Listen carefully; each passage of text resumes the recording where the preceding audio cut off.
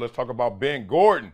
Man, Ben Gordon, let me just read it first. Let me just get the facts out there before we even get into this a little deeper. Former NBA star Ben Gordon is arrested for the third time since October on weapons and threatening charges at Connecticut juice shop.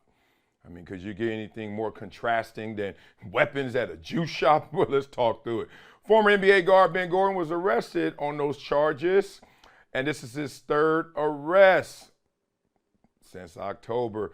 Started just before 10 a.m. Damn, you mad that early? Tuesday, when several 911 callers reported a male acting aggressively and in a bizarre manner. Inside a juice shop in Stamford. I've been there. City's assailant police chief said, okay, man identified as Gordon. Boy, I just hate when they have to write stuff like this when they know who it is. Continued to act erratically when officers arrived and tried to take him into custody. Officers eventually subdued Gordon and placed him under arrest. There is a video on TMZ, so we'll show the video, right? Yes, Courtney. Showing it took not one, not two, but 5 cops to wrestle him to the ground. Woo!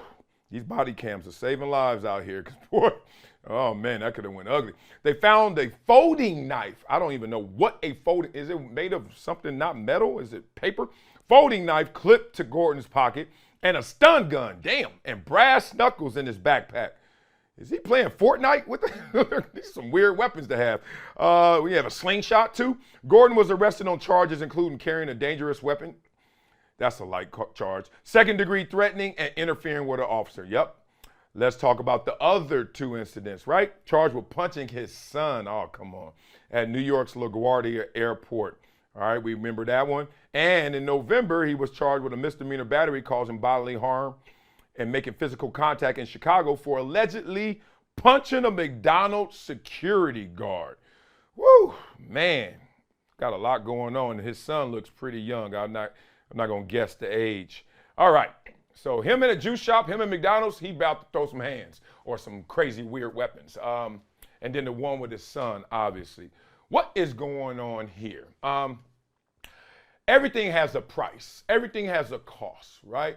And I think one thing that gets lost in the conversation when you talk about athletes, especially when they retire, is what price did they pay? A lot of times in football, they want to talk about CTE, and I've had some of those discussions, and I will continue to have those discussions. But what are the costs and the prices you pay when you play professional athletics? Let me talk from my experience. And since I have a lot of conversations with athletes, I'm going to say it's a general experience. It sets you up to think, because you're not above the law. It sets you up to think that you're living in a different world, and you really are. Your existence is a lot different. You're 21 years old, and you move into a neighborhood where all of your neighbors and their age, average age is 50, 60 years old, typically, right? Why? Because when you get money, you got to move where the money is. And the average age of an American millionaire is 57 years old. So now you're 21 and you're living next to a 57-year-old. I'm not even 57, but I'm closer to that than 21. And let me tell you, I am now converting into that old man in my ways. Turn your music down. Hey, what time y'all gonna go to bed? Okay, she's cute, but y'all need to be quiet.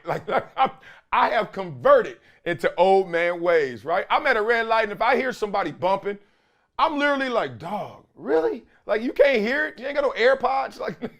And I used to be that youngster rattling the whole entire city, right? And then, so what do you pay in price? What do you pay in cost? Well, sometimes you just think you're in a different world, so you are above the law in the world you're existing in, right?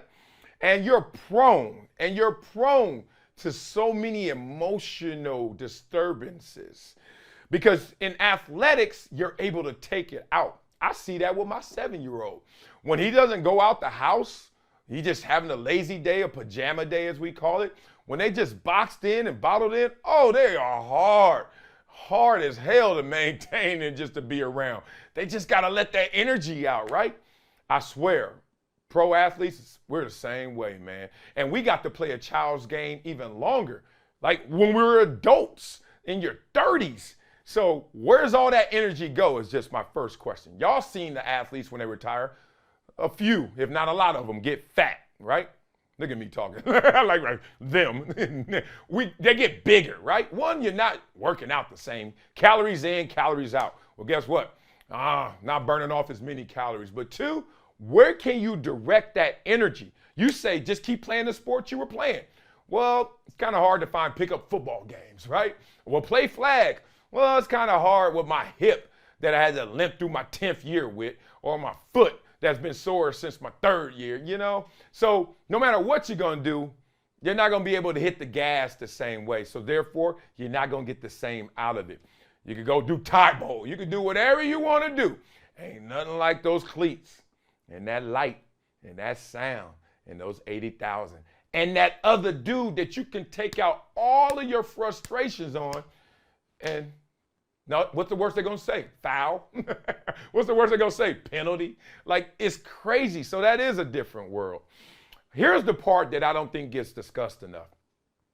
I call it the valley of vulnerability. The valley of vulnerability. And boy, is it vast. Another V.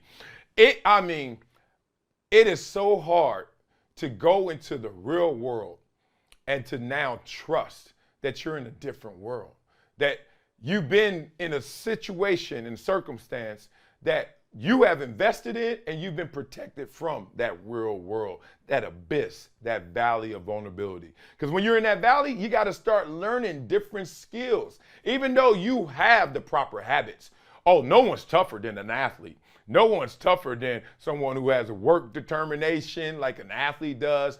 Oh man, you talk about the physical and the mental strength to deal with any variable, any circumstance.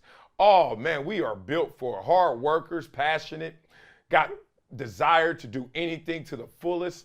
Yes, that's why a lot of CEOs are former athletes, not professional necessarily, but collegiate and high school athletes, right? We're built for that. But when you're in the real world, you also got to be vulnerable. You need to extend your hand and you got to receive that extended hand to make sure you can make the proper connections to thrive in that world. It's a lot different. I tell my friends all the time, the biggest blessing it felt like in terms of my emotions, in terms of my mindset, wasn't getting the money when I got drafted. It was the fact that when I got drafted, I still was able to stay on schedule and stay in structure. Yeah, because I have friends that when they graduated, they had to figure it out. Like that day, dropped in the middle of the ocean, 21. Figure it out. What you gonna do? Oh, that degree sounds great, but they have one. They have one too. They have one as well. Theirs is even better than yours in reputation. What you gonna do? Middle of the ocean. Me? Man, I was there with the Coast Guard. They was like, okay, Marcellus, be at the airport, 9 a.m. tomorrow. Someone will be there with a Buffalo Bills hat on. And then when you land, I was like, damn, I got to stay on that railroad, right? But what happens when those tracks, none in front of you anymore, right? What do you do then? And it sounds like Ben Gordon is going through it. Maybe there's some mental health issues here. Maybe there's more to it. Maybe he just misses the game. He doesn't know how to let it out in frustration. Not a pity party time, but just trying to identify the issues going on. Because I know that without counseling, my wife issues and my marital issues and my issues with my upbringing, and then all of a sudden taking it out on my kids, it would have just been a vicious cycle. And it's hard to break the vicious cycle because one, you got to admit you've been wronged. You've been in some bad situations. You got to admit that you did wrong. And then two, you got to be so honest and brave that you're going to stop all the BS, which comes with a verdict and accusations against what happened to you. You got to call your mama and daddy out. You got to call your friends out. You got to call yourself out. That's tough, y'all. That is that valley of vulnerability, man. So I hope Ben Gordon gets right, man. 3 different arrests since October. Obviously, he's spiraling out of control.